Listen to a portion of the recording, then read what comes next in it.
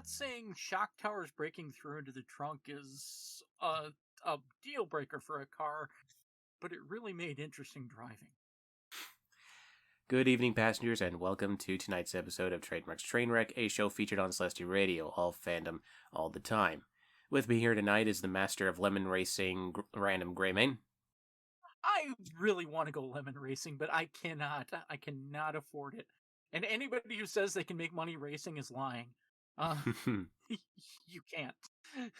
Also with us here tonight is Sherlock. Evening. And TheFangirl.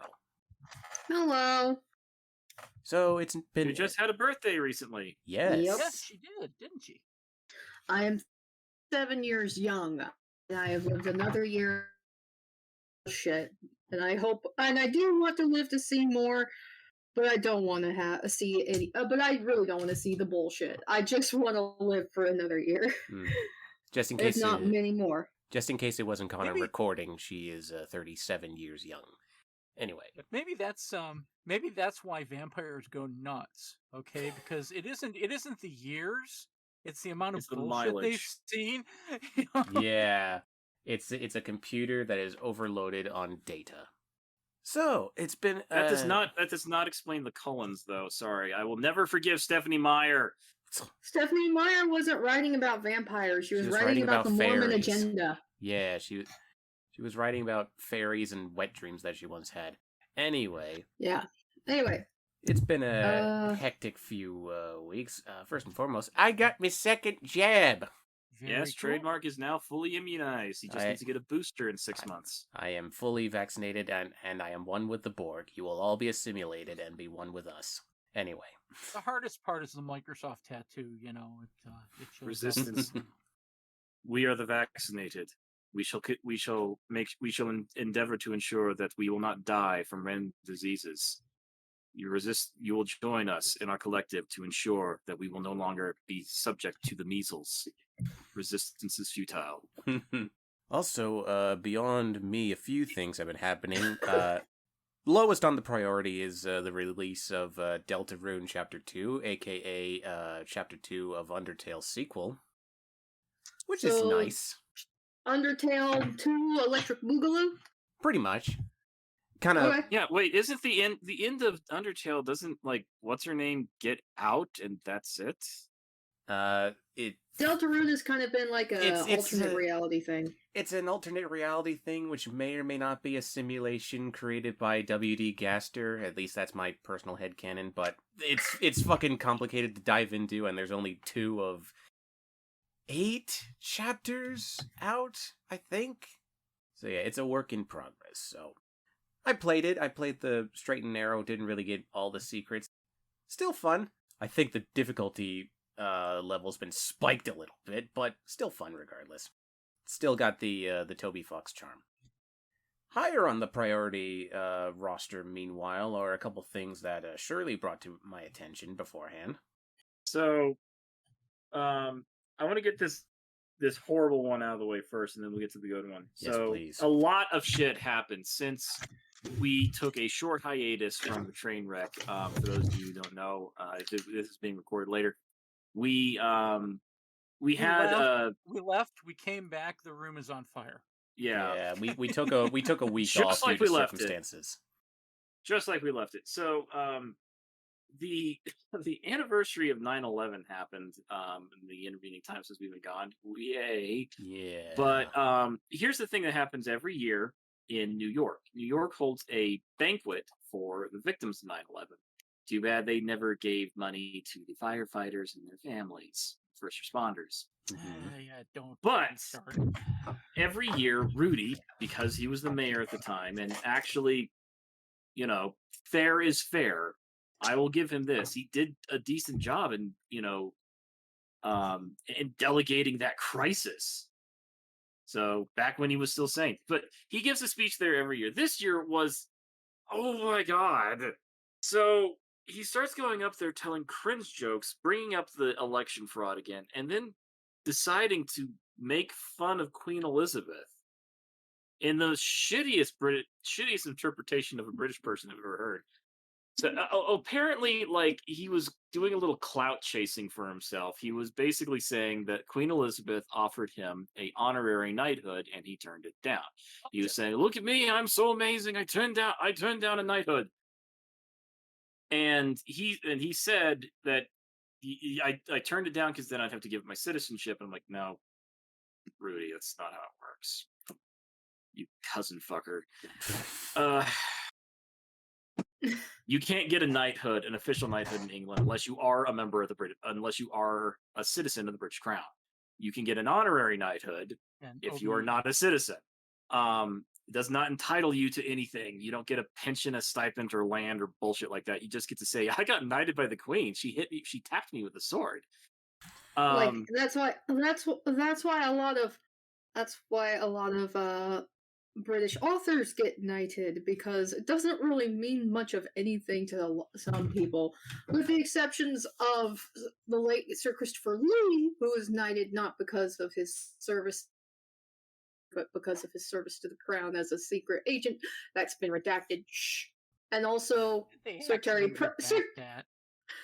Sir Terry Pratchett, again the late great Sir Terry Pratchett, who after his knighthood got a sword made out of meteorite metal. Yeah, he made it himself. Just plucked a rock, just plucked a fucking meteorite out of his backyard and went, this would make a lovely sword. Let me just put it in my own fucking smelter. Well, I have a now feeling I am a knight. I think I have a feeling he mixed it with other metals, because meteorite iron is actually shit for weaponry. Anyway, so he starts making fun of the Queen of England and talking about his honorary knighthood that he turned down. And then all of a sudden, he made a comment about Prince Andrew. For those of you who don't know, Prince Andrew is kind of being caught up in the Jeffrey Epstein scandal, because there are pictures of him there with Epstein. And if you know about that scandal, you know why we don't report on it. Yeah, to the point where even the royal family is distancing themselves from Andrew. They haven't rescinded his title yet, though. And then Rudy's like, yeah, all of them, they're so weird, including Andrew, who I never met. I never met him. We had drinks one time. You remember, Bernie? We had the drinks one time. You were there. And Bernie is not Bernie Sanders. Bernie is, I think, like the police chief at the time of the 9/11 attacks. He gets to go as well. And, I mean, it's just kind of like a, dude, you're throwing this poor man who's known you for 20 plus years under the fucking bus about this Prince Andrew thing. I mean, for fuck's sake, Rudy, what's wrong? It's like, are you okay? Do you need help? Because of the past year, I'm getting worried about you. You're reminding me of this guy that keeps coming to the courthouse wanting to sue everyone. He actually sounds like you. Oh, you mean like the 45th who just made a $100 million lawsuit against the New York Times? Yeah, good luck with that. Yeah, I mean, again, you're asking this of a man who threw his hat in with 45. As well as quite a few other people who've made some very, very bad choices in the last few years. I don't all of it in the name of money. So no, I don't think that's what's going on. Yeah. No. Anyway, it nightmarishly cringe and just. It was just more evidence that there's just something wrong. Giuliani is one of the people that he's one of the few people, okay, and I reserve certain punishments for certain people. He's one of the few people that I would love to see put feet first into a giant shredder. Wow. He's just he comes across that creepy and that oily to me, and I just no. Literally oily. You remember the Borat movie? Yeah, it's I've ever seen the Borat movie. Like, even I can't escape it, and I tend to stay away from political shit, but I can't even escape it. I was listening to an old album from the late great George Carlin, specifically the Complaints and Grievances album, which took place sometime after 9/11, and he basically went, we gotta talk about it because otherwise it's the fucking turd in the punch bowl. And one of his quote unquote plans his suggestions that the government should help, all in good jest. He went, in order to help New York tighten up its pants, so to speak, you get Tommy out of the mayor's office, and you get Rudy Giuliani, an Italian from Brooklyn, and it's just like, oh, George, if only you knew. Yeah. Anyway, On to better things. So yeah, on to better things. We With did find out something really recently, like today or yesterday recently. You all might know her as the Mistress of the Dark, Elvira. Ah, yes. Yes. That's her stage name. Hang on, I forgot her actual real name. Her real name, Cassandra Pearson. Yeah, Cassandra Pearson has woman of 70 who's still rocking it. Has just released a new set of her memoir called what the hell was it called? I just typed it. Cruelly Yours or whatever. Cruelly Yours, that's right. In it, she fully admits and comes out of the closet bisexual. She has been seeing this personal trainer she met at a gym for 19 years. Way to go. Good on her. Yep. The original. But I've actually read a couple excerpts from it that were posted online, and you can tell it's like, yeah, she's bi, but she's attracted to the masculine because she thought this woman was a guy until she took her hat off. I mean, regardless of that, that's still an amazing thing. The original big titty goth girlfriend is bisexual, and I'm all for it. Yep. Anywho, on to our show proper. You know how it goes. We got the softcore material, we got the hardcore material, and there are music breaks somewhere in the middle. And I think now is a good time for one of those. So, we'll be right back with your weekly dose of stupid, or bi-weekly dose of stupid, on Trademark's Trainwreck here on Celestia Radio, all fandom all the time. Except when it's bisexual big titty goth girlfriends. Boingy, boingy, Huzzah! boingy, boingy, boingy.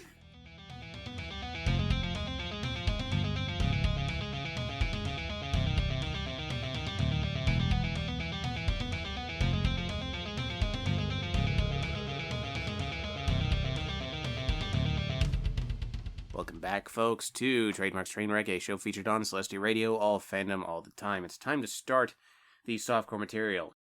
Now, some of this news is a little bit old, I will admit that, but some of it is still very funny. Case in point. Mickey D's. What is the Lord. What is the one meme about Mickey D's that has persisted to this day? You get fat from it? I'm loving it. Non-health related, Sherlock. Is it The ice cream machines are always broken! Ding, ding, ding, ding. There you go. Ice There cream you go. machines are always broken. Well, apparently the federal government said nay. Because they are looking into the McDonald's ice cream machines. What? The feds are involved! All right. This actually is a good thing because this falls under the jurisdiction of the FDA. Oh, Food and Drug Administration. And because Biden put forth an executive order that basically is essentially going to, I think like Congress is going to vote on it, but it's essentially a law now that says that everyone, consumers of products, have the right to repair their shit if they want. And this was aimed at the big tech companies, mostly Apple, when they said, no, you can't repair because it'll void your warranty. You got to take it to a licensed repairman and we'll take care of it. Though we'll charge you like fucking, Like, Apple was, you either have to go to a licensed repairman and pay the same price for just buying a new thing, or you got to buy a new thing. And you know what? We got new things to sell you. Yeah, but here's the thing. This was inevitably going to get squashed anyway, because the car industry tried this years and years and years ago, and they lost in court repeatedly. In particular, Ford tried it. Okay, you can't put anything but a Ford part in this; it'll void your warranty. Mm-hmm. You got to have a Ford dealer do the service on your car, otherwise it voids your warranty. And they lost in court big time. Now, yeah, because they basically said, well, you've created a monopoly. That's illegal. Right, exactly. And that's So what Apple is trying to fight now, which Apple is a fucking monopoly, assholes. Yeah, so essentially what they're saying is that because the FDA like has to, regulate these ice cream machines and know what's going on with them, they basically and it also falls under like, consumers of these products have the right to repair their shit. They're mhm, basically looking into, okay, what is actually wrong with these things? right. Well, for one, All nobody right, ever may the fucking host cleans them. Yeah, may may I the may host I actually continue. dive into it? Let's continue. Yeah, let the Now, host read the damn thing. thank you. Now, it's actually a good thing that you were rambling because I was looking at Snopes to make sure that Trade didn't do a goof and accidentally put out a fucking faulty thing, but they have an article on Snopes. Now, granted, they don't say whether or not it's true or not. They don't explicitly say anything, but the fact that they have allowed this article on their website speaks volumes to me. So I am going to assume, until I am informed otherwise, that It's this on is NPR true. as well, so Well, there you go. So, FTC investigating broken McDonald's ice cream machines. So, if you it's want, I have the article. send it my way, but for now I'm going to read from the Snopes link. If it seems that you can never get a McFlurry with your McDonald's order because the machine that makes the ice cream dessert is always out of order, it isn't your imagination. The machines break down enough that the issue has caught the attention of the federal government. On September 1st, 2021, the Wall Street Journal, WSJ for the future, has reported that the U.S. Federal Trade Commission, the FTC, reached out to McDonald's restaurant franchisees in the summer of 2021, quote, seeking information on what exactly is going on with the broken ice cream machine problem, end quote. The WSJ story cites a letter sent to franchise owners which it viewed and, quote, people familiar with the matter. Snopes reached out to the FTC with questions about the reports, but were told by a spokesperson that the agency couldn't comment because its investigations aren't public. The agency generally doesn't comment on such news reports, the spokesperson stated in an email to Snopes. They also reached out to McDonald's for comment, and Snopes will update us if they ever hear back. Meanwhile, on September the 2nd of 2021, a few days, but a couple weeks ago, NPR reported the same thing. I scream, you scream, we all scream out of sheer rage that McDonald's ice cream machine is busted again. By now, it is well known among connoisseurs of fast food giants, frozen desserts, that Mickey D's ice creams often break down. The technical problems that regularly befall the contraptions can make flurries, shakes, and other treats unattainable. McDonald's has acknowledged the issue, but customers are not loving it. The problem has gotten so widespread online. There's even an online tool to track malfunctioning machines across the U.S., and now the feds are reportedly on the case. According to a report in the Wall Street Journal, the FTC Commission contacted McDonald's franchise owners looking for information about the broken ice cream machines. McDonald's franchisees have long griped about the machines, the newspaper reported, which require a nightly cleaning cycle that can fail and require a tech to fix. The move comes as the Biden administration looks broadly at whether manufacturers have been blocking owners from fixing broken products themselves. Excuse me. The newspaper said advocates of the right to repair movement say companies should not make it nearly impossible for users and independent techs to repair modern products, particularly consumer electronics. The FTC declined to comment on the report. In July, the Commission announced it would increase law enforcement efforts against manufacturers that imposed repair restrictions on business, government agencies, workers, and consumers. Meanwhile, in a statement, McDonald's USA said it had no reason to believe it was the focus of an FTC investigation. Nothing is more important to us than delivering on our high standards for food quality and safety, which is why we work with fully vetted partners that can reliably provide safe solutions at scale, its statement said. McDonald's said it understood the frustration surrounding the broken machines and was instituting several solutions, including new training for workers and regular maintenance checks. Note, McDonald's is among NPR's financial supporters. Yeah. So So let me give you a little bit of clarification because I heard one of the independent news networks on YouTube, and they are actual. I consider them actual news. They're not like those crazy conspiracy theorists. They actually link their data, and they link their articles, their information. This is what they said. So they actually went and interviewed McDonald's employees, not the franchisee, and they said that one of the worst things they have is cleaning that damn ice cream machine because the instructions are all weird and quite often, more often than not, they don't have time. They're constantly busy and they're understaffed all the time because McDonald's sucks. So they're trying to get it clean, but the damn thing keeps breaking down because one of the worst things about these machines, and it's not just the ones that are made for McDonald's, they're everywhere. Wendy's, fucking Burger King.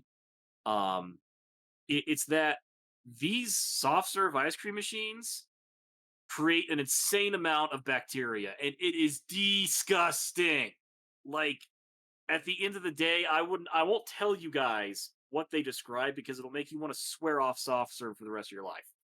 Thank you. But the problem with this particular one is because McDonald's is a weird company. So McDonald's is not a restaurant company. It's a real estate company. That's it.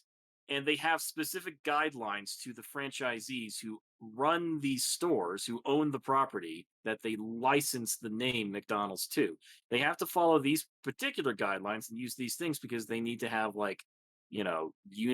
unifying standards. And one of the unifying standards, they all have to use the exact same ice cream machines because if somebody's traveling cross country, goes to Topeka, Kansas, and is used to this shit in Memphis, Tennessee, and it's different, they're going to complain. So they contracted with a particular company that does the ice cream machines. These things have a bit of a fault. What happens is when they run the cleaning process, the heat needed to kill all the bacteria actually damages the machine. That's why it's constantly broken. And you have to get a service technician from this company who might only, the closest one might be fucking 3 days away by car. Over there to fix it because they refuse to teach anyone how to fix it. So it's honestly the biggest fucking stupidest kerfuffle ever of this industry. And I'm so glad it's finally coming to light and everyone's like, wow, tech companies kind of suck, don't they? He's like, yeah. Speaking of tech, Greymane? Yeah, you think that this only affects your soft serve. It does not. It affects your entire groceries. Let me explain why. A lot of companies and a lot of farmers, have standardized for years on John Deere products. Okay?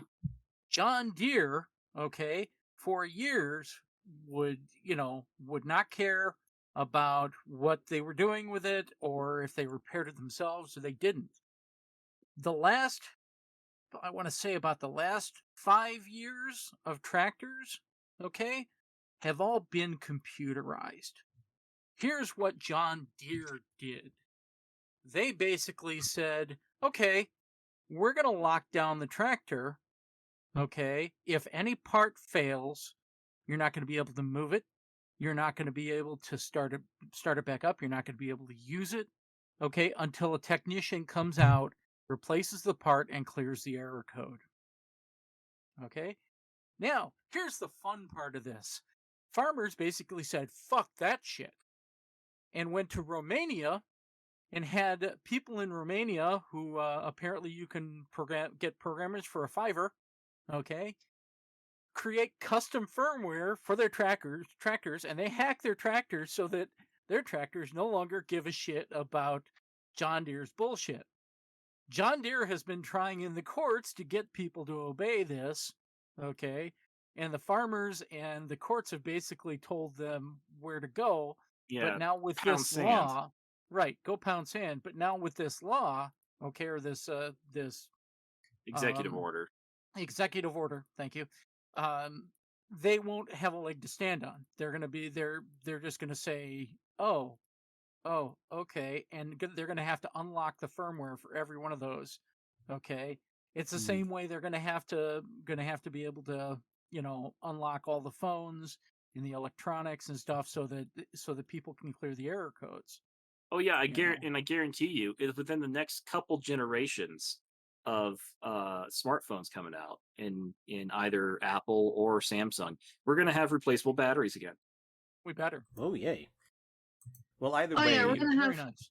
like because that's the biggest rack with Apple is that if you replace right now, and you can find it in the 11, like there people have been finding ways to get around the 11's bullcrap, but like the 12, iPhone 12 right now is impossible to repair unless you get it repaired by Apple themselves. Because if you replace the battery, it doesn't turn. It essentially says this battery's not this battery's unauthorized. We're turning off half of your stuff. And and you replace anything, whether it's the camera or the motherboard or any other minuscule tiny part that is inside of an Apple 12 of an iPhone 12, it's immediately just going to shut down and not work at all because and it'll show up an error message of original part gone. Christ. Yeah, Yeah. it's ridiculous, and I mean, it's I'm dumb. actually astounded that they were able to get away with it for this long. Like, oh, no, okay, to quote Philip J. Fry, I'm shocked, not that shocked. All right, next, please. Yes. Probably a good idea. To summarize, this could be the start of something big, or it could just be the start of us finally getting our milkshakes. Anyway. Yeah, for fuck's sake. I mean, I'll still go to McDonald's for a McFlurry. Those things are fucking good. Speaking of ice cold drinks. Ah, man, this next article. It's a softcore article, but it makes me fucking angry. So fucking angry. It's just listen to this. Teens filmed drive-by slushy attacks. The tagline: Duo sought to create, quote, YouTube content. You can take a guess as to what that means. Oh man. So just literally throwing slushies at people. So, thing that's happening right now on YouTube and TikTok there's a rise in content revolving around channels who primarily focus on first-person shots of people making food at their food service jobs. Some notable ones include a young fellow whose family owns a Subway, who likes going to different Subways, as well as filming himself working in the Subway. A girl who decorates Dairy Queen treats for her job, and a young fellow who works as a cake decorator in a local grocery store.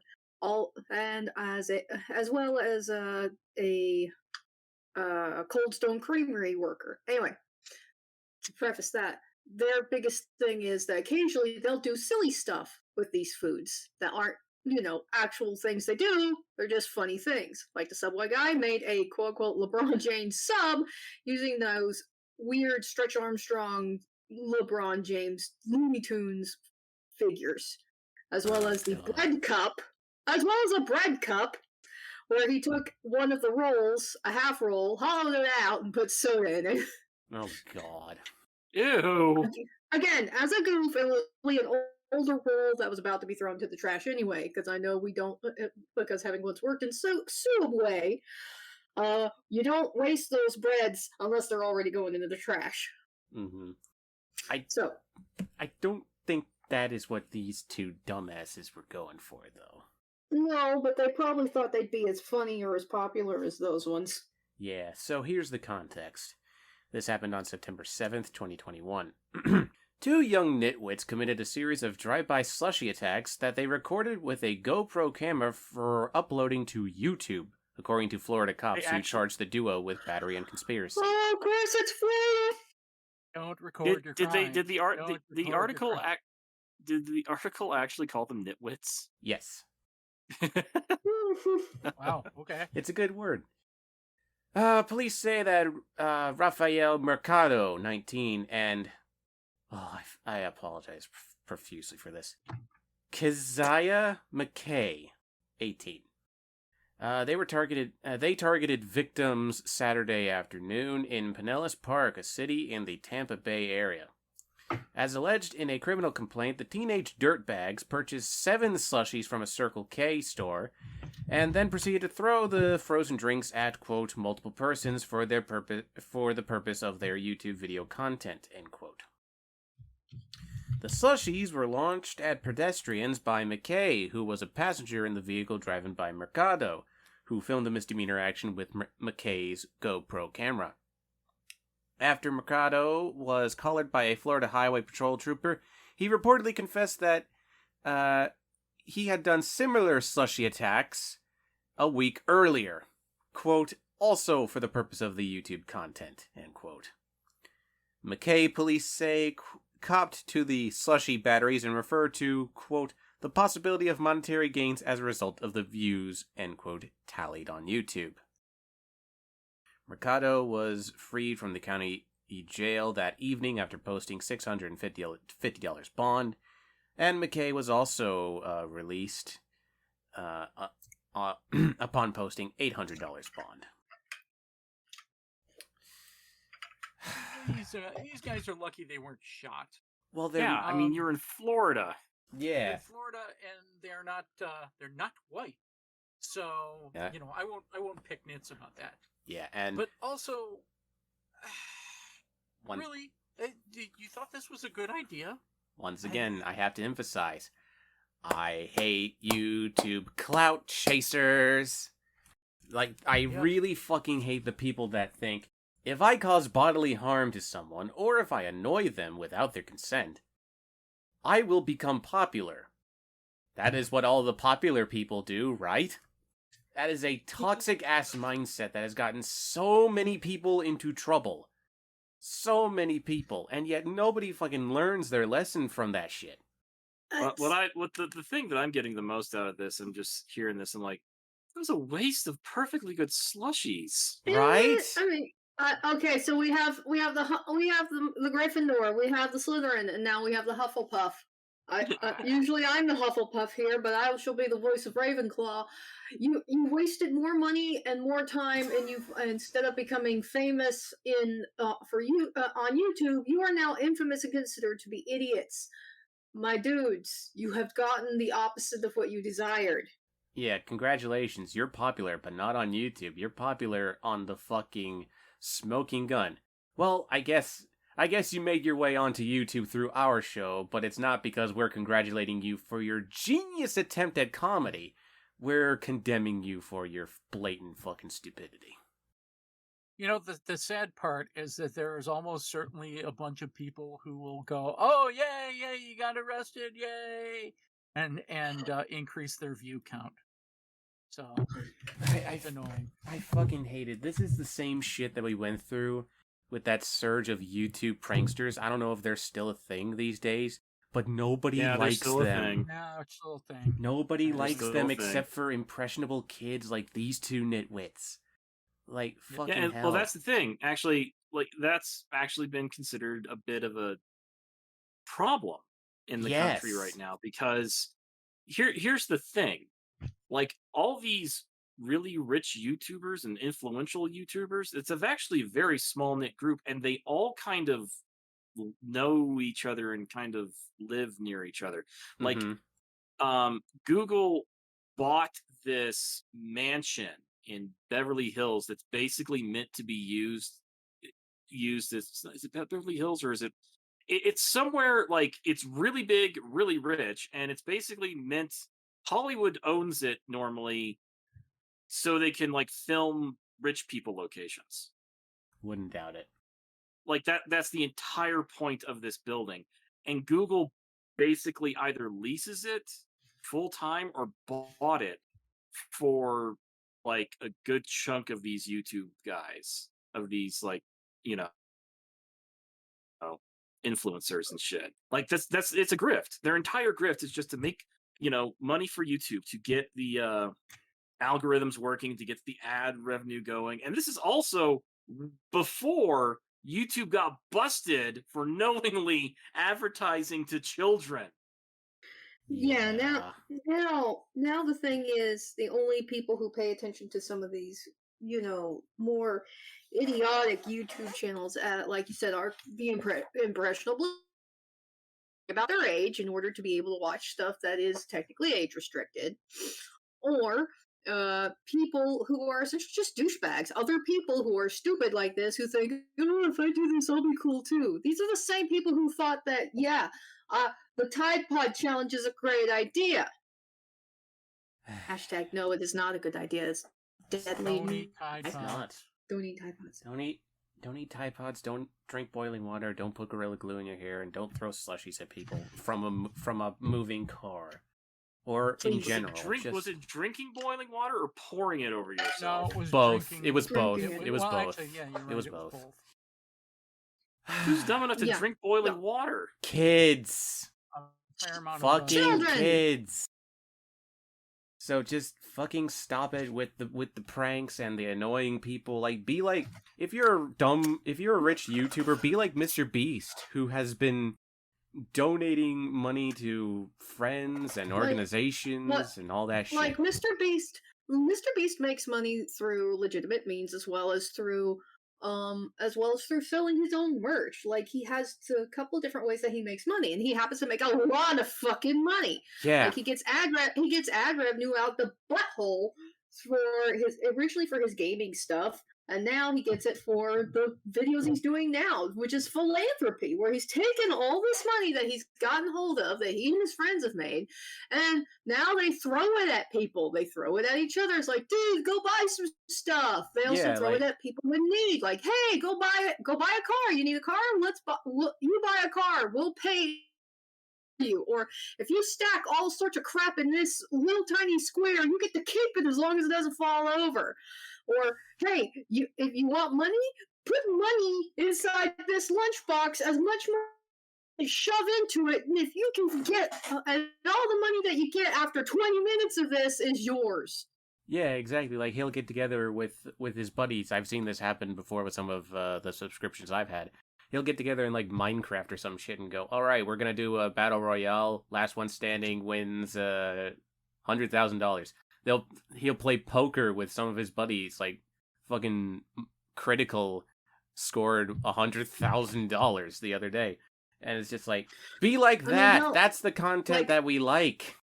Exactly. Or One of my favorite stories is how Jan Animations, and I think James from The Odd Ones Out, and one other animator were invited to a laser tag. No, paintball. Yeah, it was a paintball game with Mr. Beast, and Mr. Beast was like, the team that still got at least one person alive is going to win $100,000 or some shit like that.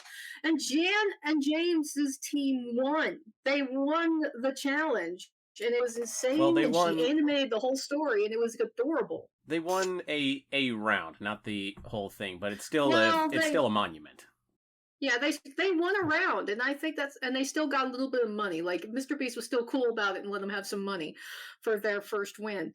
And I thought it was a cute, and again, it was a cute story. It was an amazing feat, and yeah, you can go watch the video on her channel. Like, to do stuff like that, that's fun stuff. That's great. Yeah. That is a testament to how fucking small and stupid the Slushie attack and all the YouTube pranks are in the grand scheme of things. Nobody likes an asshole. Or if you want to do something like that's mindless entertainment, do like, I forgot their actual channel name, but do like those Australian guys who do nothing but, like, drop stuff off of a giant tower to see what it'll do. Oh, yes. My favorite bit of mindless entertainment, but is also kind of like sticking it to the manufacturers out there who are like, you can't repair our crap without paying hundreds of dollars. Hugh Jeffries. Hugh Jeffries on YouTube fixes iPods, iPhones, tablets of Samsung phones, just phones of various places all over the world, tablets from all over the world, even computers. He shows you how he fixes them. These pieces that are near impossible to fix. He shows you how to fix them, what tools he uses, and what he has to pay to fix them. And he even shows you that you can actually find some of the parts on eBay.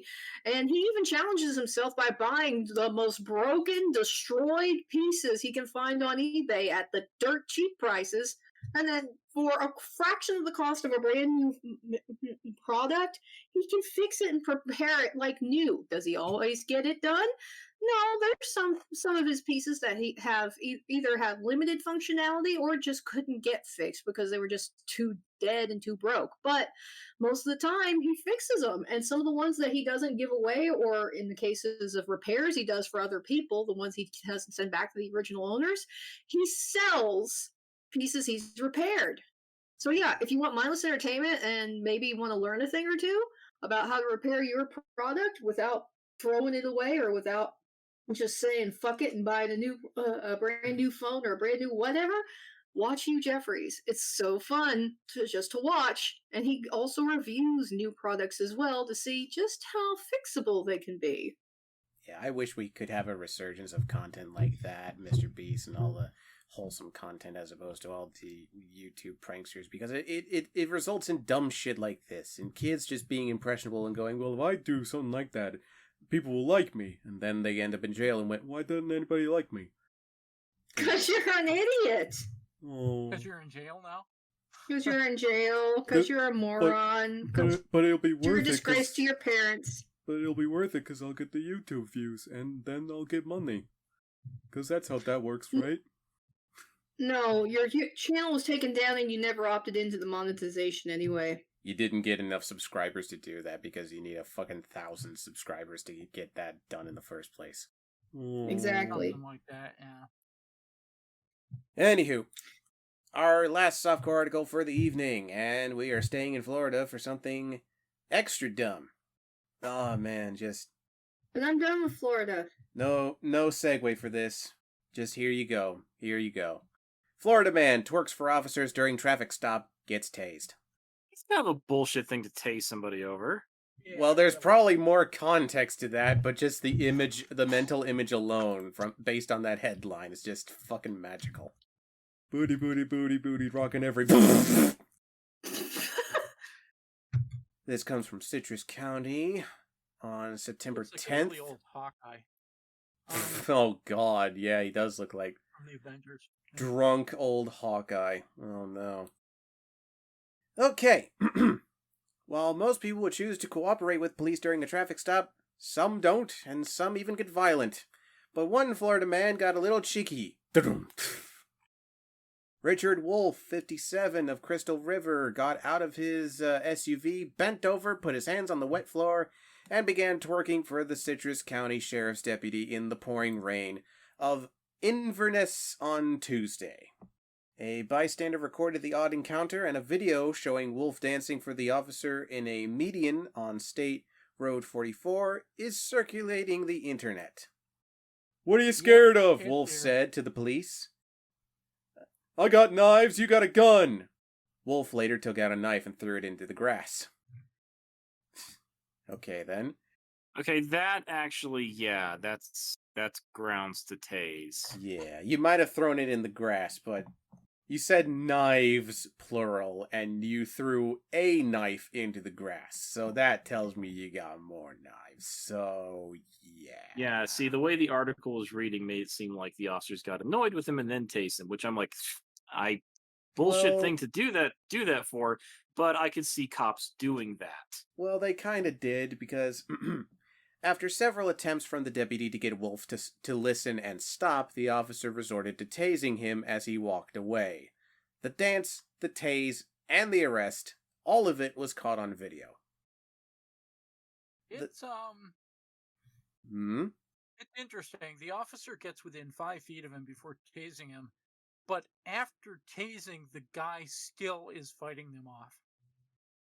Okay? Because We're still trying to And one, it's raining out. Okay. Oh yeah. So I can't believe that there's not some sort of, skin conduction. But two, that tells me that he's probably either very, very resistant to electricity, something like some of us are after being shocked most of our lives, or he's on something. So, All right, I can actually tell you. So here's the thing, because work in the courthouse, yeah. I've got to use a taser because my boss is taser trainer certified, and he likes to, it's like, oh, I'll totally. I was like, I've got all these coins. See how many times I've gotten tased? They only give these out if you've been tased this many times. I'm like, great, dude, have fun with that. Fucking psycho. Badge of honor, this weirdo. Mhm. Anyway, the whole thing is like, this is how the taser works. It does not. It will not actually conduct anything. So we actually did this neat experiment last time I got my taser certification. Is he had a taser set up with two little alligator clips and clipped them 2 points on a felt chair we had in the area where we were training. And he Oh. let the arc go, and we could see the arc passing between them. And he's like, check it. And he puts his hand in between it. Nothing happened. And he's like, go ahead, try it. And I did the same thing. Nothing happened. So it's essentially, it's not, it doesn't work like that. So Okay. even if it's raining out, not going to affect you at all. What Okay. will affect you is basically what it is the electrical impulses firing in such a fashion that your muscles cannot help but contract. However, it's not always 100% effective because nobody's body chemistry is exactly the same. Mm-hmm. Especially if you're high on drugs. Yeah, like PCP. Eesh. Thankfully, I don't think that was the case here, but here's what we got. The suspect was charged with resisting an officer without violence, fleeing from law enforcement, and reckless driving with a bond set at $3,500. This is because Wolf was originally pulled over for disrupting the flow of traffic by attempting to pass cars using grass medians and turning lanes. So basically, he was in a hurry to get somewhere, and he was being an asshole about it. And then, for some reason, he just decided to twerk his problems away. Well, How, why, really twerking. how, and why? Why do you think this was a good idea? How old is this man? He probably didn't. I mean, when you're on, he looks like he's in his 60s. When you're on something, then, anything sounds like a good idea. I'm reading the full article. What I just read was the kind of condensed version, the spark notes, as it were. I do not see anything regarding drugs as of yet. Like, more information could be on the way later on, but I've got nothing. This guy. I don't think we need anything. I don't think we need anything more than this. This is just silly. Well, one, Yeah. he's a horrible twerker. He's not really twerking worth a shit. Two, okay, he's constantly backing away from the officer. Almost course looks he like is. he's gonna run in the video. So yeah, this is. I don't think there's anything wrong with this particular. This is just a guy that wanted to do something weird to distract the officer and then make a run for it. That's what I'm guessing. Mm-hmm. Yep, pretty much. What the fuck are you doing? Boom! Anyway, that's gonna be it for the softcore material tonight, folks. And oh boy, as always, it gets worse. It always gets worse. Because that is how this show works. But for now, we're going to take a quick break. So, we'll be right back with the hardcore material on Trademark Trainwreck, a show featured on Celestial Radio, all fandom all the time, except when it's twerking your problems away.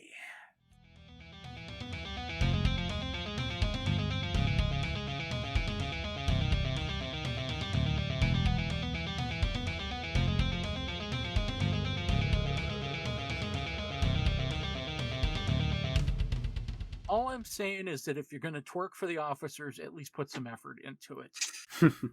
Won't necessarily get you out of trouble, but it will at least put on a better show. Welcome back, passengers, to Trademark's Trainwreck, a show featured on Slushie Radio, all fandom, all the time. It's time to resume our show with the hardcore material, and I've got a real doozy to start you off tonight. Oh, joy. Woman blames potion for fire truck theft bid. Bid? That's what the headline for the article is. I've completely forgot the word, but I love that that's the word you focus on and not potion. Yeah, well, we will get to that, but at the same time, I'm just kind of like, bid? Was this an auction? I don't know. I think bid is used in another context, but either way. September 10th, a Florida woman, surprise, surprise, who had been pulled from the cab of a fire engine that she tried to steal, denied being under the influence of the usual street potions, but said that she had taken the Elixir of Life before trying to boost the emergency vehicle. Hello, Noah. Okay. You heard that right, the Elixir of Life. Responding to a call about a woman acting radically on the beach in St. Augustine Beach, cops and fire rescue workers late last month discovered Kailani Jo Kroll, 39, in distress. Kroll, who lives 2 blocks from the beach, said she needed CPR and other treatment. But while being escorted to an ambulance, Kroll began running back and forth. Due to no crime being committed at this point, I had no reason to chase her, Officer Brandon Hand reported. But as police and firemen began entering their vehicles to depart the scene, someone yelled, "She's stealing the truck!" Kroll, investigators allege, had opened the door of an unsecured fire engine and gotten the driver's seat. St. Johns County Fire Rescue personnel responded by pulling her out from the cab. Witness Jessica Benton told police that, "I thought she was fixin' to drive off." After reportedly struggling with cops who tried to handcuff her, Kroll offered an apology. According to a police officer, report detailing the August 20th incident. "I'm sorry for trying to take the truck. I lost my marbles," she said. When Officer Hand asked her if she was under the influence of anything, Kroll replied, quote, "She was not, but had taken the Elixir of Life," end quote. The potion is not further described in court filings, but this next fucking paragraph is just padding the runtime. It's just explaining what the Elixir of Life is. I don't think we need that context, people.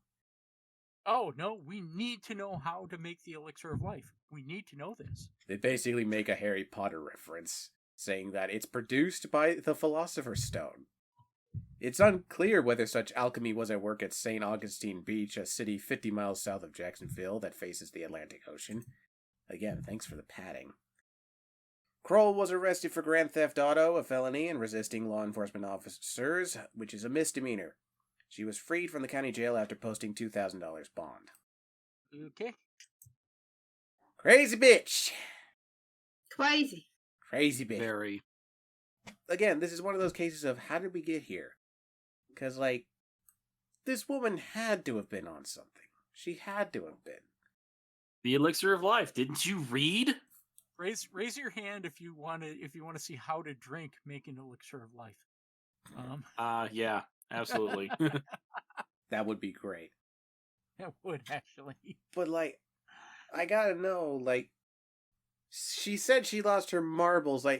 I'm going to make a somewhat semi-educated guess that she was right when she said she lost her marbles. I'm thinking that she might have had a panic attack. A stress-induced panic attack. And she simply just lost cohesive thought. And that resulted in a bad decision. And also her saying, "Oh yeah, I drank the Elixir of Life." Maybe that was a metaphor. I don't know. I'm high on life, as they say. Shit like that. that's my Yeesh. that's my best guess as to what possibly happened here. Don't quote me on it. You didn't get high on life. You got super wasted on life. Yeah, like you overindulged in life, which I think, again, lends credence to my stress-induced panic attack. Like, she had a lot of personal life shit going on, and it overwhelmed her, and she just had a panic attack. That's why she was acting so weird when they first got to her, and that's why she was running back and forth. She was just not in the right headspace. Like, that's my best guess. I've lost my marbles. Where's Peter Pan when I need him? Oh, Lord. Jesus. Well, moving on to, oh boy. This kind of follows in the same vein as the Elixir of Life. This is a person who has lost his marbles, but his... Yes, hi, Nala. I know, these Angry people are kitty. nuts. I'm sorry. I'm going to mute. It's fine. Well, while Fanny takes care of her cat, I will talk to y'all about the man who tried to shoot his parents with a bow and arrow, quote, to get the demons out. Get the demons. Gotta get them demons out of there. Gotta get them demons out. Please say this wasn't in Wisconsin.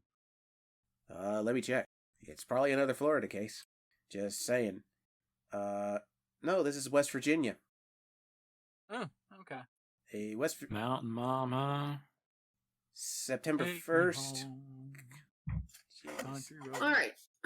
So, September 1st, a West Virginia man is behind bars after he allegedly tried to kill his parents. Authorities said that Johnny Carson York Jr., 45, got into an argument with them after he was asked to put some items back in the shed before it started to rain. That is a reasonable request. However, that request apparently set him off, and he threw a lighter at his parents before chasing them around the house with a maul. Jeez. His parents managed to hide and called 911. While they Sounds were... like that man has the Elixir of Life, too. Yeah. While they were I hiding... don't want to know what this Elixir does. It just sounds awful. It sounds fucking... It sounds... I don't know what it sounds like. It just sounds awful. But yeah, You become Trevor from GTA 5. But yeah, while they were hiding, York grabbed a bow and arrow and tried to shoot his parents. Officers arrived at the home and took York into custody without incident. While he was being questioned about what happened, York told officers, I had to kill him to get the demons out. He also said that he feels, quote, like I have to kill everyone I see. Yeah, no. I've watched enough true crime garbage to know that one, he's not trying to get no demons out. He's not trying to kill everybody. He might be feeling like he wants to kill everyone he sees, but not for those reasons.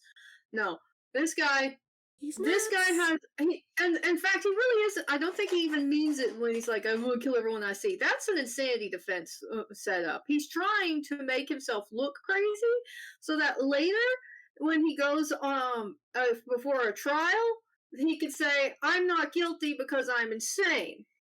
Because he thinks then he won't actually have to go to prison, which we all know is not true. Anyway, That doesn't work as well as it used to.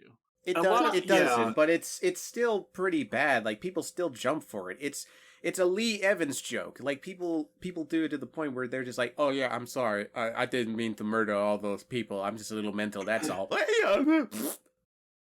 So yeah, he's trying to set up his insanity defense, and it's because, yes, he obviously has a reason to kill his parents. Now, there's always a motive with these things. It's always either going to be money or what they perceive as freedom to be able to do what they want. This is why they always do this, because mom and dad are in the way and they have more money, like a lot of money or a lot of property or something that the killer, or would-be killer in this case, wants in order to obtain either, again, independence, wealth, notoriety, just something. They want something, but mom and dad are in the way, so kill him. But obviously can't get hold of a gun for some reason, can't poison them.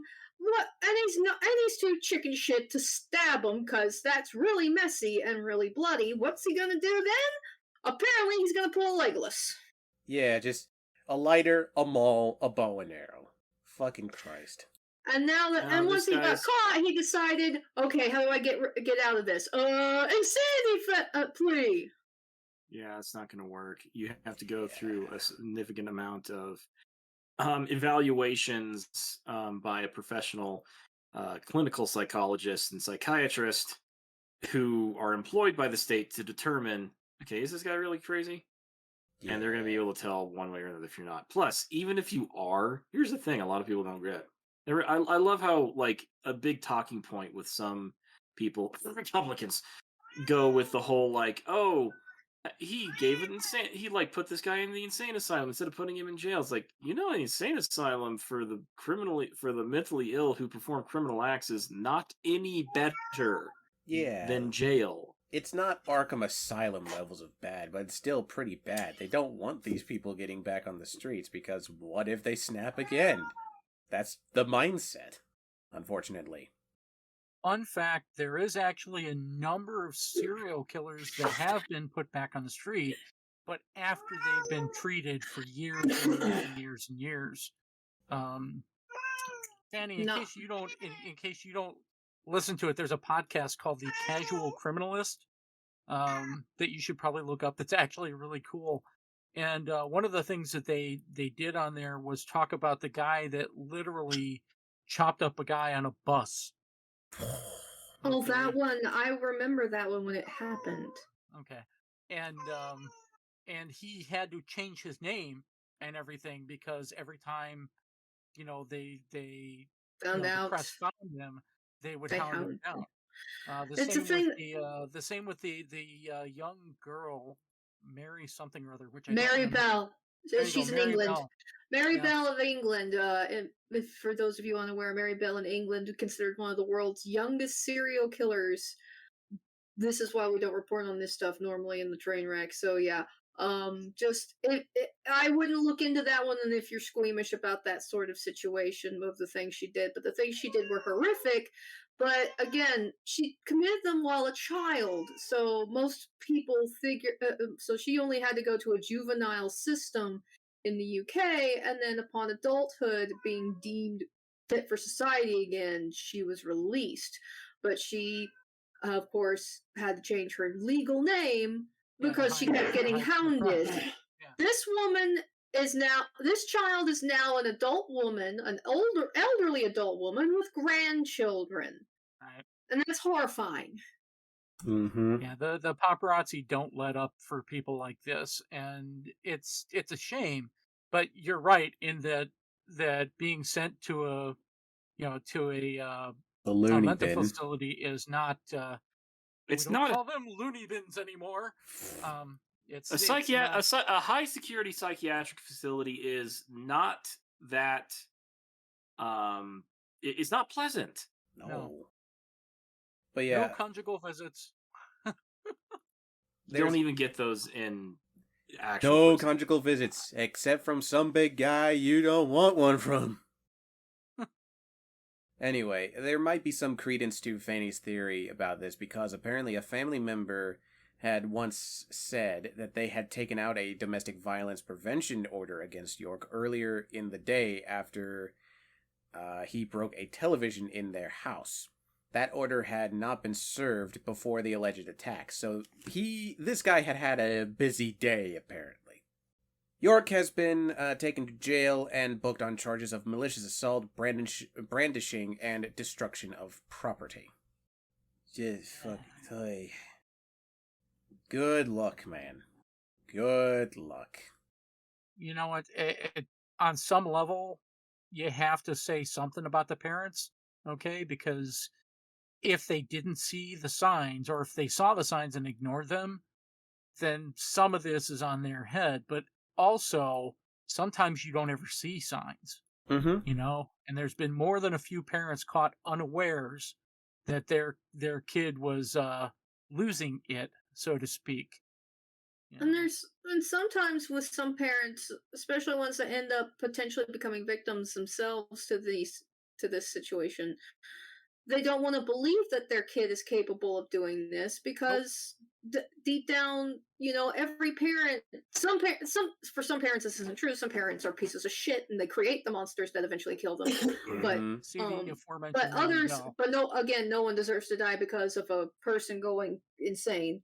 But anyway, most parents who are genuinely innocent victims of these circumstances don't, they don't think their kid is capable of it. They just think it's an impossibility because they expect and believe in their kid more than that. And, My little Bobby would never do that. Pretty much. And it's always a shame when it does happen. And absolutely tragic. But yeah, like, they need to be, if you just, like, bottom line, if you have a child who you suspect, if you're an adult especially out there, and you have an adult child who you suspect is going through a lot of mental stuff and who has been showing very erratic behavior, we suggest for your own safety, contact somebody. Yeah. Yes, please. Yep. So, finally. Also, if you're going to Legolas somebody, okay, do it from a distance. Okay, because that's the point of those do bows. it from a distance of 5 states away, because that's how Legolas does it. And make sure to slide down the ramp on a piece of sheet metal. Correct. With an elephant. So, our final news article for tonight. And again, it just gets worse. It just gets worse because... What's worse than attempted murder with a bow and arrow? Oh, there's a lot. A post-nuptial meltdown. Oh, God. From a 25-year-old man. Oh, God. What, she wouldn't let him sleep with the bridesmaids? Well, let's take a look. Before I start, I just want everyone here present to, in our Discord server, look at the mugshot of this guy.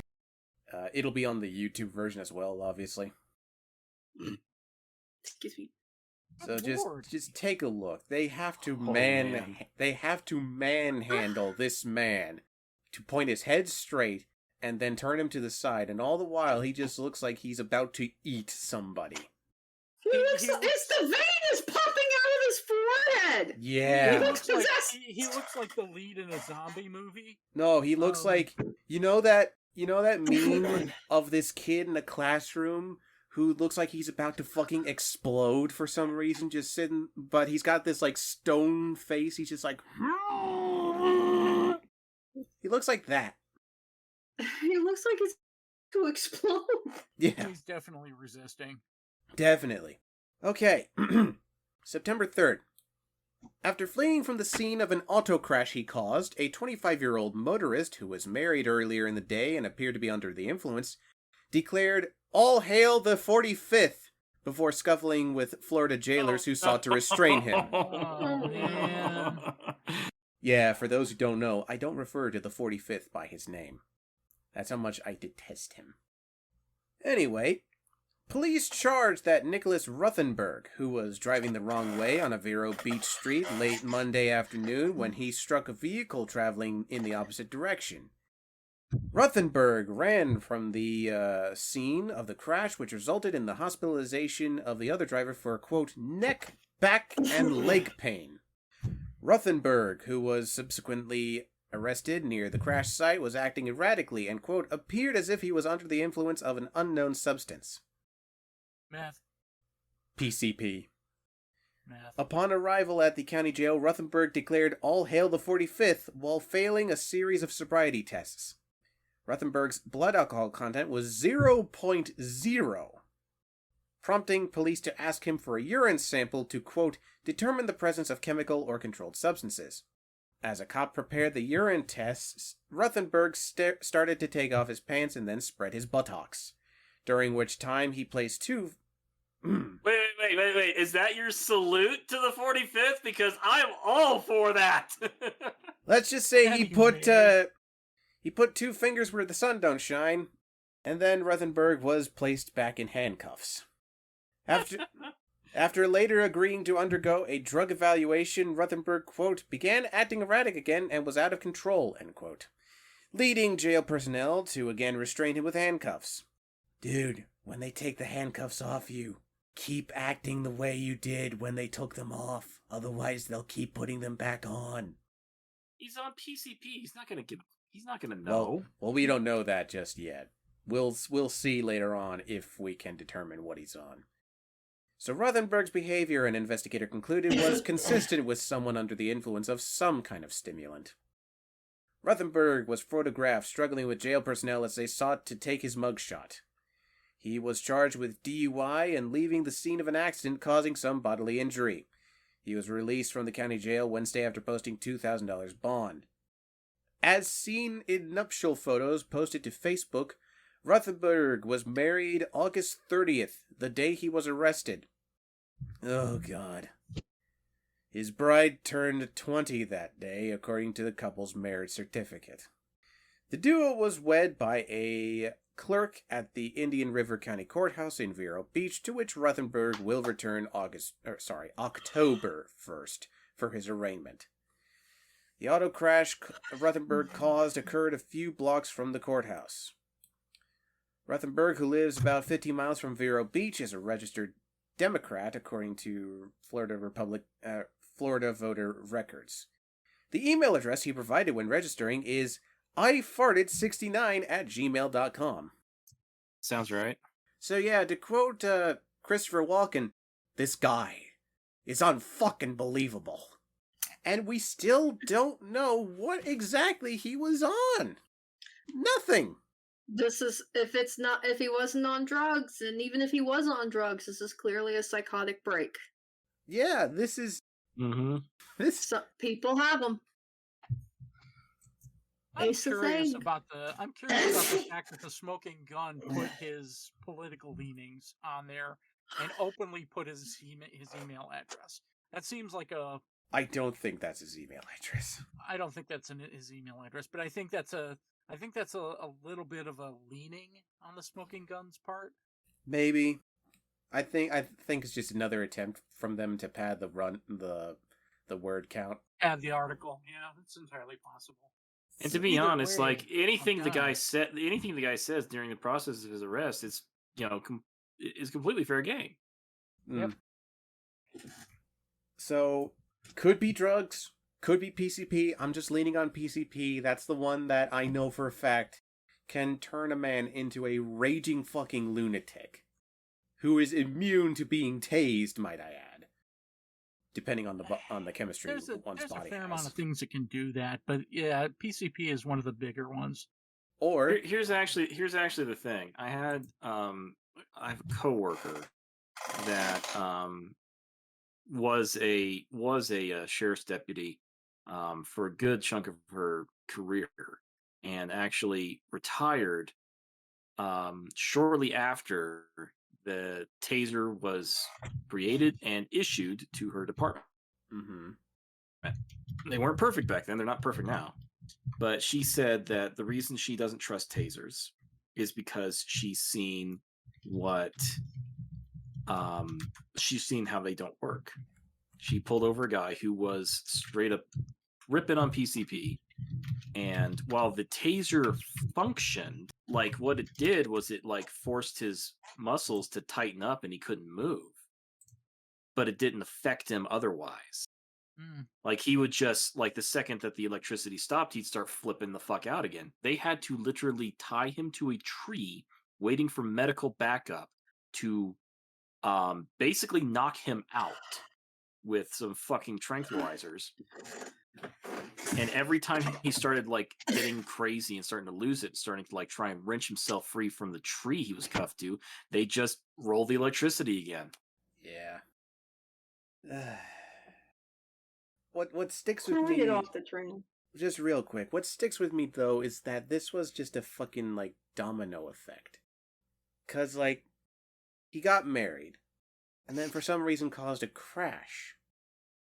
What happened from point A to point C? What happened at point B? What the fuck happened here? We might never know. Yeah, we might never know. Did his friends slip him something in the middle of? Did his friends slip him something when they were having like a party? Possibility. That is actually a very distinct possibility. Were they having a party at somebody's house and then his friends thought, oh, he's gonna be funny, he's gonna act like an idiot, and slip him something, or encourage him to take something. The thing is that, hang on, I actually had a give me a minute. It actually told us how far away the crash was from the courthouse, because he literally just got married, unless for some reason he went back. 15 minutes, I think. He's like 15 minutes. Like, in the 15 minutes of this shit happening, what? Did his friends give him something that they thought would be funny? Did they, and it drove him nuts? Did they give him something before the ceremony and it didn't kick in until after the nuptials were done? Because he was so fucking nervous? I found it.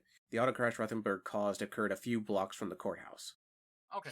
So still, what happened in the few moments after they got everything done at the courthouse, that he suddenly had time to get high and then have a fucking psychotic episode? Or maybe, just like everyone else we've talked about in the hardcore material, maybe there wasn't drugs. Maybe he had a psychotic break and it just appeared that he was on drugs. Maybe the stress of the wedding got to him. Maybe he's just insane.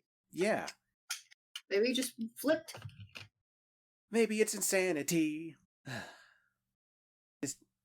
That's going to be the title of this episode.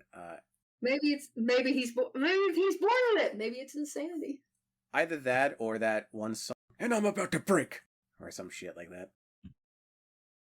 Oh man. Insane in the membrane.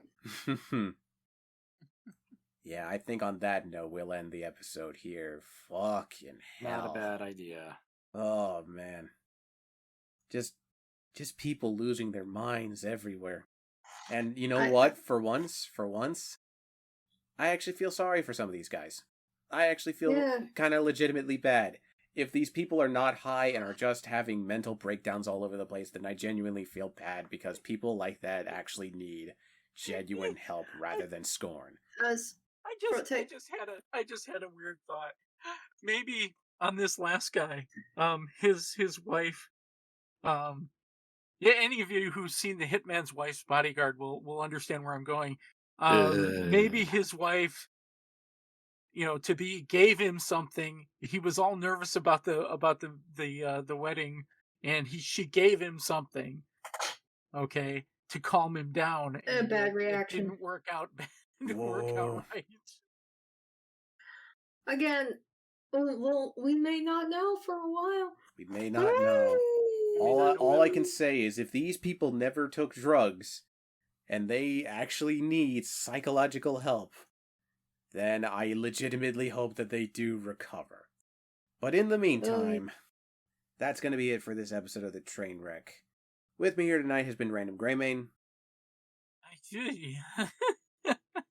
I don't even know where to go with this. Yeah. Sherlock. Yeah, let's just get the fuck out of here. And TheFangirl. I'm going to have a nice long talk with my therapist when I see them again. Yeah. Yeah. I have to choose a therapist still. I am not ashamed to say that I'm going to start going to one as soon as I select one myself. It's just been one end up in one of these articles. Yeah. Right. There's no shame. Given the crap that's going on right now, there is absolutely no shame in getting therapy. Yeah, not at all. Not at all. It's just a matter of choosing if you need one. Help, call somebody. Yeah, please call Lord, someone.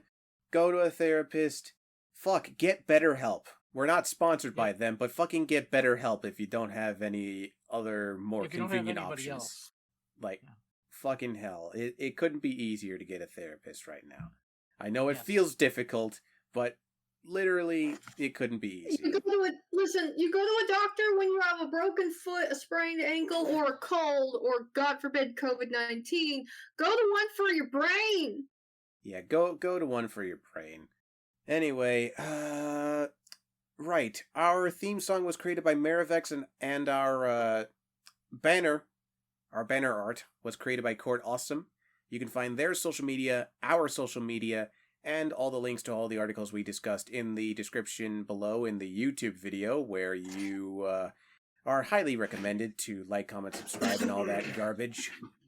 all that shit that I gotta say to keep being hip, modern, and current with the kids. And with that, my name is Trademark, and good night. Mm, Good night, Gracie. night.